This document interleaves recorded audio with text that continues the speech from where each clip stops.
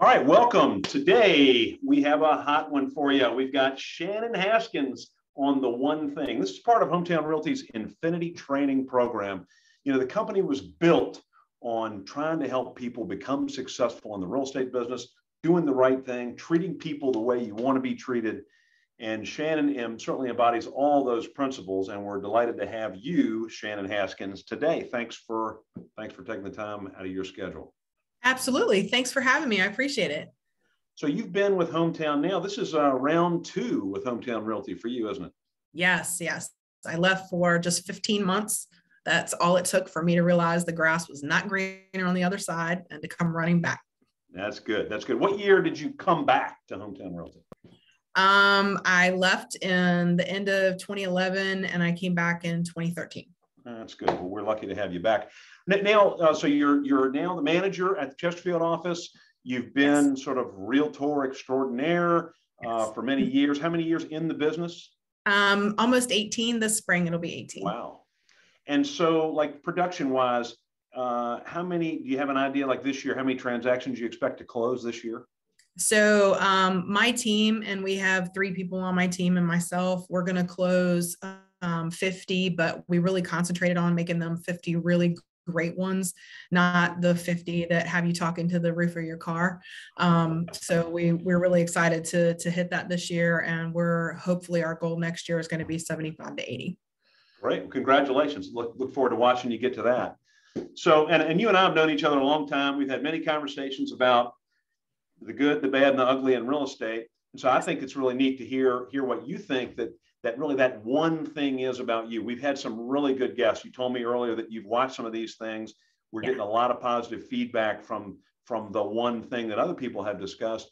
But Shannon, what's the one thing that sets you apart, that's made you successful in this 18-year career? I would say that I'm a person that I really hate to work really hard to get a deal together and have it fall apart. And so I went out of my way to think of all of the things that could go wrong. And the biggest thing that I thought of was getting ahead and setting realistic expectations.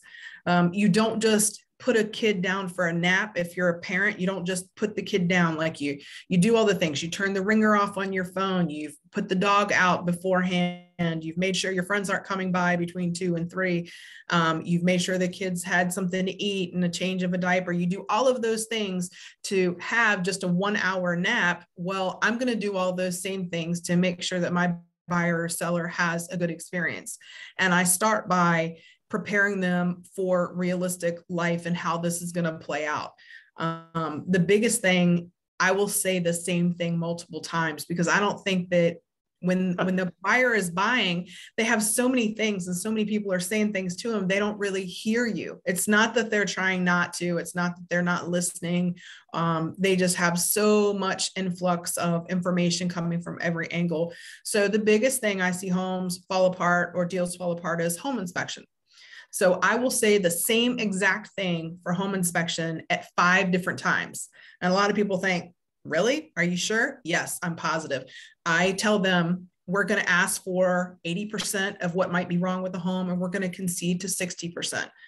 It's going to be based on fire, water, and safety. And that's all it's going to be based on. And I'm going to tell them that when we meet at the first house, when we see the house, the one that they're going to make their offer on, when we get ready to write the contract, when I schedule the home inspection, when I show up for the home inspection.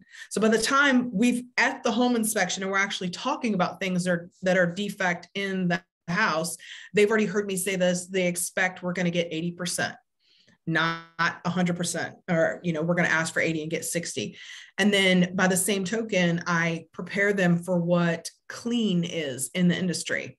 No one's going to come in and clean this house with a toothbrush before you get in here. Right. So if that's the kind of person you are, then we need to, have a conversation about what the house looks like now, and then maybe make arrangements for you to move a day later so that you can have someone come in and clean the house.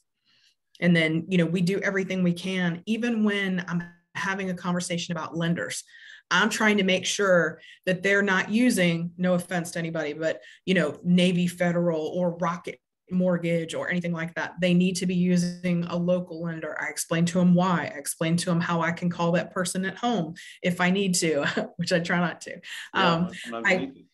I explained to him how we'll have more impact with a lender that we do multiple business than a lender that I never do business with, because they're not afraid of losing all of the other deals that I use them for. They don't have any impact if this goes bad. Whereas a lender or a vendor that we use all the time is more invested in every client of ours versus just somebody on the street.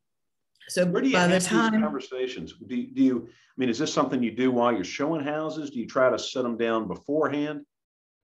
So I am not a big set them down beforehand person. I am a person that I'm going to say the same thing every time we talk. And so when we talk on the phone, I'm going to say it. When we meet at the first house, I'm going to say it. When I ask for your commitment and get you to sign my buyer's agency agreement, I'm going to tell you the same thing again.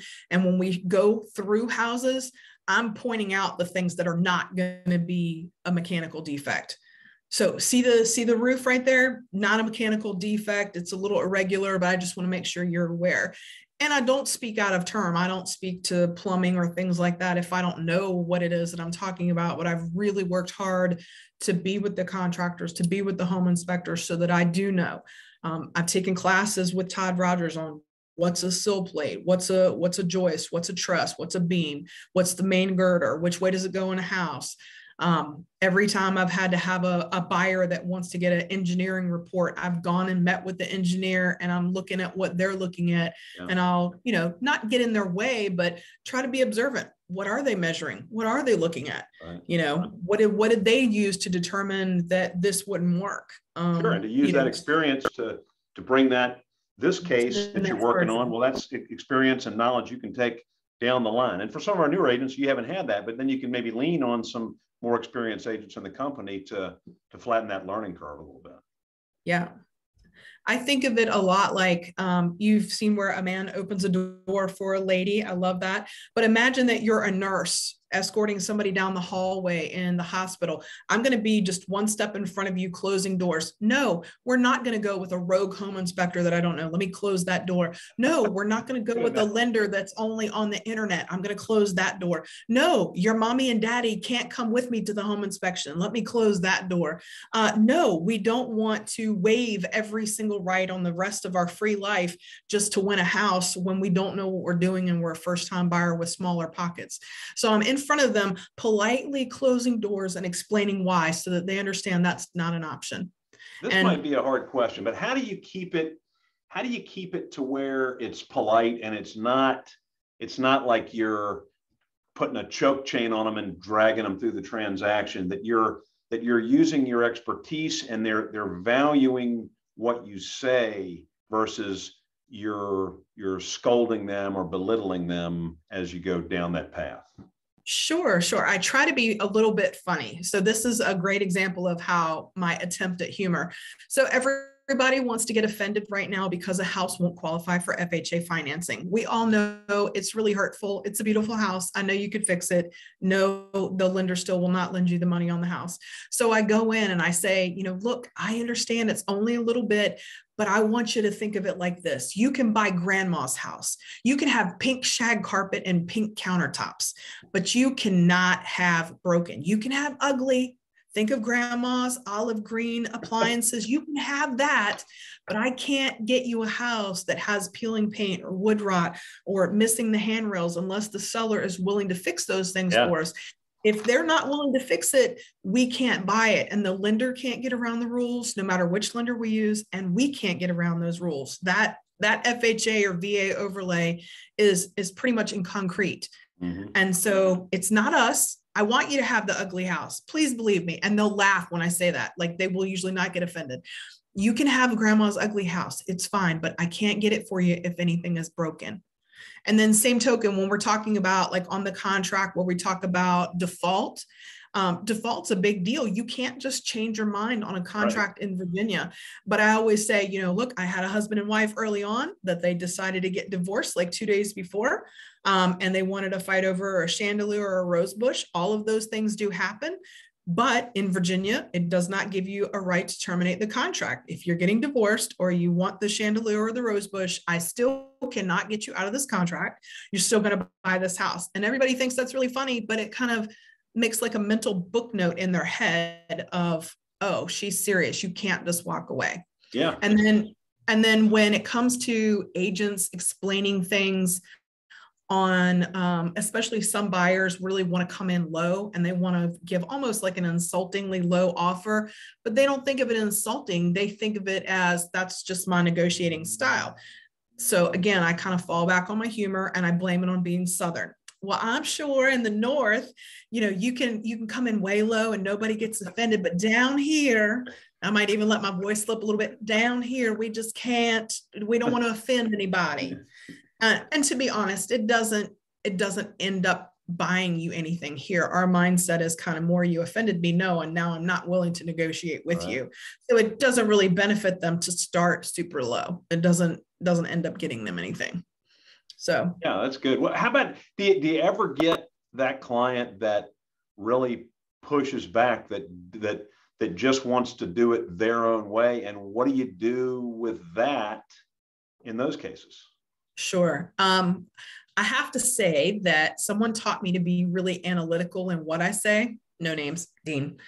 But early on, someone said, don't apologize. Like a lot of people want to say, oh, I'm sorry, did I not send you that email? Versus, I haven't sent you that email yet today, but I'll be sending it shortly. One sounds like you did something wrong, right, and the other one sounds like this is part of a working business schedule that we're staying within. Mm-hmm. And so I got really technical about what I would say. I don't apologize unless I did something wrong. If it didn't fit your schedule, that is not my fault to apologize for. It's a schedule conflict. But I try really hard to be clear. And if I get pushback, and occasionally I do, I try to really give it back to them. I understand and I hear you when you say that you're not pleased that the seller's not going to repaint and rebuild the house for you. I empathize with that. I would love to have a repainted and rebuilt house. But in this scenario, we agree to accept the house in its current condition, except as otherwise changed by written instrument. Since they're not going to agree in writing to rebuild and repaint your house, which is a ridiculous request, I am glad to offer to write a detailed mechanical defect list. And then they just kind of stop. I won't say that they stop completely. If you have an aggressive kind of personality that you're dealing with, you'll get that. But I find that the more that they push me, the less I am likely to apologize for anything.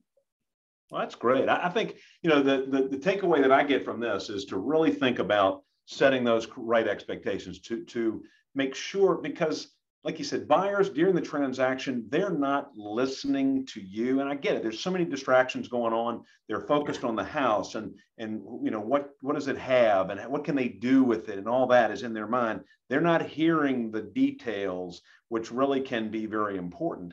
Yes. And so if they can create this utopian view of what's getting ready to happen, that they're going to get everything that they want.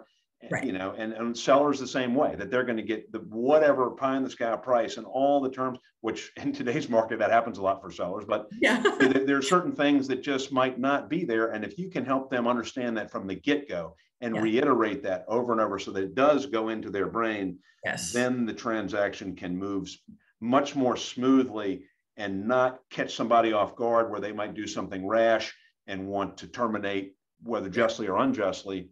Right. And then the relationship is better. So long-term, you're going to get more referrals. It's going to be happier and everybody's going to live happily ever after. Right. If you're not going to get the referrals, the transaction that you're doing is almost a waste. I mean, we all love a paycheck, but then it becomes just a paycheck and not an investment in your business. I don't want to break my back and really go above and beyond for someone who's not going to reciprocate. Whether it's just in referrals, just keeping me top of mind. I don't expect them to come to my birthday party or anything, but, I would just like you to be on the same page with me and have kind of the same goals. We all want to be a good person and have a good house and have equity in our home and take care of it. That just seems to be, like-minded people kind of follow each other. When I first started in real estate, I wanted to sell every home to every person, everywhere. I didn't care where. Have car, will travel. Now I have decided that I only want to really sell homes to nice people, or to at least not mean people, right? I want to do business with people who are going to be a grateful recipient of all of our hard work. I mean, this is time away from our families and our loved ones, the things that we want to do. So we need to appreciate it, and they need to appreciate us at least a tiny bit. Sure, that makes good sense. I will back that statement up all day long. Shannon, thank you very much. I mean, this obviously you're a busy person. Sharing with the company is great, and I can tell you, anybody who's watching this, if you want to give Shannon a call, ask some follow-up questions, I'm sure she would support that. A little bonus point for you. We've been talking about a class that we're going to be offering in the Chesterfield office, and it's open to the whole company, called the Plus One program. The intention of this is to help you add at least one deal per month to your sales volume. And we're going to go through like soup to nuts on basically the breaking down the whole business, working with buyers, working with sellers, handling objections, listing presentation, building the database, pop buys, you name it, it's going to be in here. And it'll be a 10-week program that'll be held every Monday. And we're going to start that in November at the end of this month. And we'll do 2 or 3, and then we'll take a long break for Christmas and New Year's, and then we'll get right back in it after the first of the year. So be on the lookout for that. Shannon, thanks again. Any last words to our wonderful audience? Nope. You guys are worth it. Don't sell yourself short. You deserve everything you want. Work for it. All right. Remember, treat people the way you want to be treated, and we'll see you next time on The One Thing. See ya.